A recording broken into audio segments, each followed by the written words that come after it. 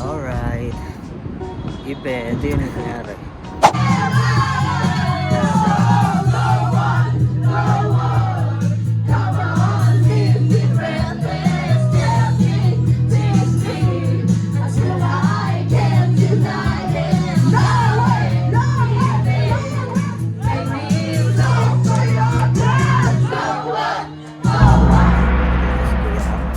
Sinama lang din naman niya ako.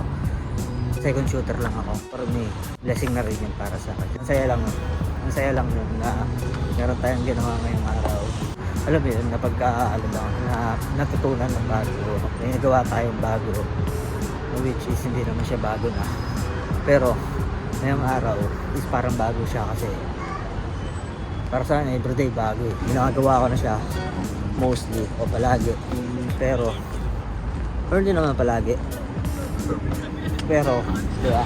Every opportunity is different experience. So, maaaring kapag-shoot na ako sa ganong klase ng event na birthday, every other day is may bago.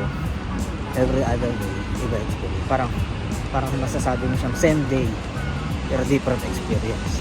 Always din, masarap din kasi yung mga pagkain. Yung mga pagkain pala yung masarap. But anyway, anyhow,